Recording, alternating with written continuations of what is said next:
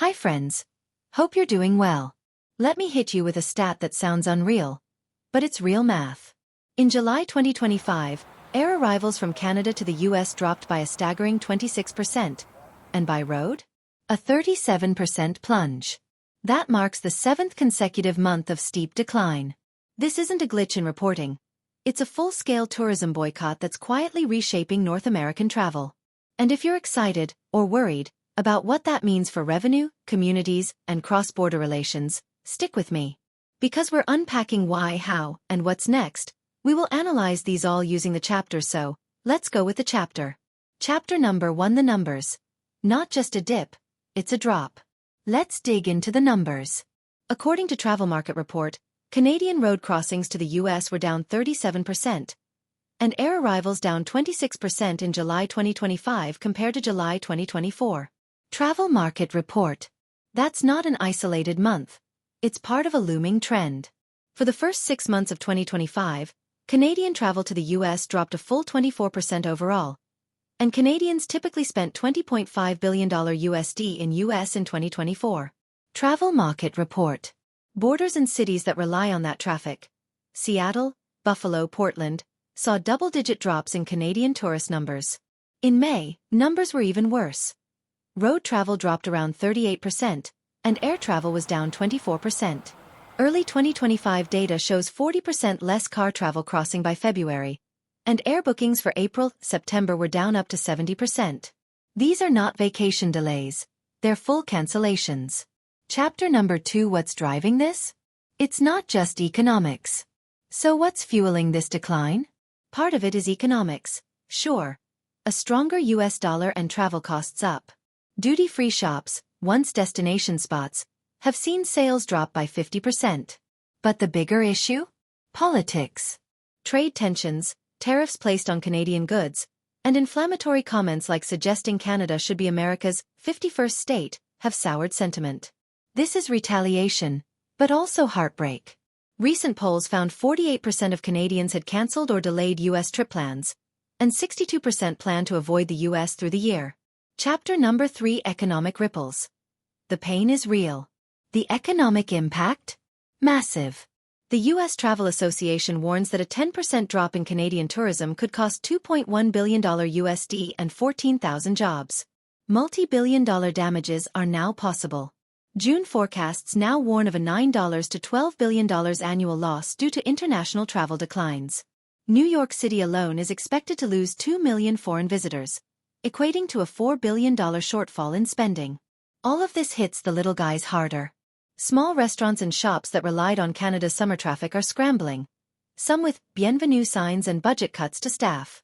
It's not just Vegas and NYC. Local economies in border towns like Plattsburgh, Buffalo and Anacortes are being ripped apart. Chapter number 4: Canadians turn home, and other places. What are Canadians doing instead? They're rediscovering Canada. Moose Jaw, Banff, Prince Edward Island, and buying into regional travel campaigns. In early 2025, 55% of Canadians still plan vacations, but only 10% of them were for the US compared to 23% in 2024. And that's not idle talk. Surveys show bookings for US trips are down 40% on leisure flights. Meanwhile, European tourists are also reporting discomfort with US border policy. Companies like TUI flagged declining interest amid safety concerns, leading travelers to choose safer markets like Canada or Asia. Chapter number 5: Bigger Picture. US tourism in decline. Canada isn't the only source faltering. Forecasts now expect an 8.2% drop in total international arrivals in 2025. The decline is particularly sharp in border cities. Seattle, minus 26.9%, Detroit, minus 17.3%, Portland, minus 18.3%, all losing Canadian tourists. Tourism Economics has revised its prediction from plus 8.8% to a minus 5.1% decline, with revenue losses estimated between $9 to $12 billion depending on recovery speed. So, it's not just a boycott, it's a structural shift in foreign travel to the US. Chapter number 6: A Closing Reflection. Here's the hard truth. Travel isn't just about vacations. It's about trust, ease, and goodwill. When those erode, so do visitor numbers.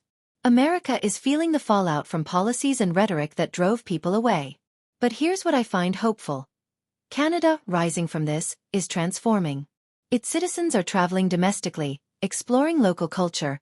Pride is reshaping tourism. For U.S. tourism to recover, it's not just about easing tariffs. It's about rebuilding trust, through policy and image, again becoming a place where visitors feel welcomed. Now, here's the bigger question. Is this dip in American visitors to Canada really a boycott? Or is it simply the natural shift in how people are traveling in 2025? Some analysts say Americans are cutting back on Canada because the US dollar doesn't stretch as far as it used to. Others say it's a political statement. Quiet, but noticeable. And a few tourism boards even believe this is just a seasonal adjustment that will bounce back by winter. Especially when Americans come chasing ski slopes in Banff and Whistler. But let me tell you this. Numbers don't lie. A 26% drop is massive. Whether you call it a boycott, a protest, or simply a change in taste, this trend signals that the relationship between American travelers and Canada is shifting in a big way. And here's the irony. While Canada is seeing fewer American arrivals, guess who's filling the gap? Europeans, Asians, and even Latin American tourists. For them, Canada feels fresh, exciting, and welcoming. Meanwhile, for Americans, it's becoming less of a must-visit and more of a maybe-next-year kind of trip. So, what does this mean long-term? If Canada successfully replaces American tourists with international visitors, it could gain more diverse, high-spending travelers who stay longer and explore deeper. On the other hand, if this trend continues, Americans might start to lose their priority status in Canada's tourism playbook. And let's be honest, when you're not the top customer anymore, you don't get the same red carpet treatment. And this isn't just about travel. It's also about perception. For decades, Americans saw Canada as an easy escape, almost like an extension of home. But in 2025, it feels like Canada is redefining its identity, saying, we don't just want American tourists. We want the world. Now, whether this boycott is intentional or not, it raises a very uncomfortable truth. Maybe Americans are no longer Canada's favorite guests.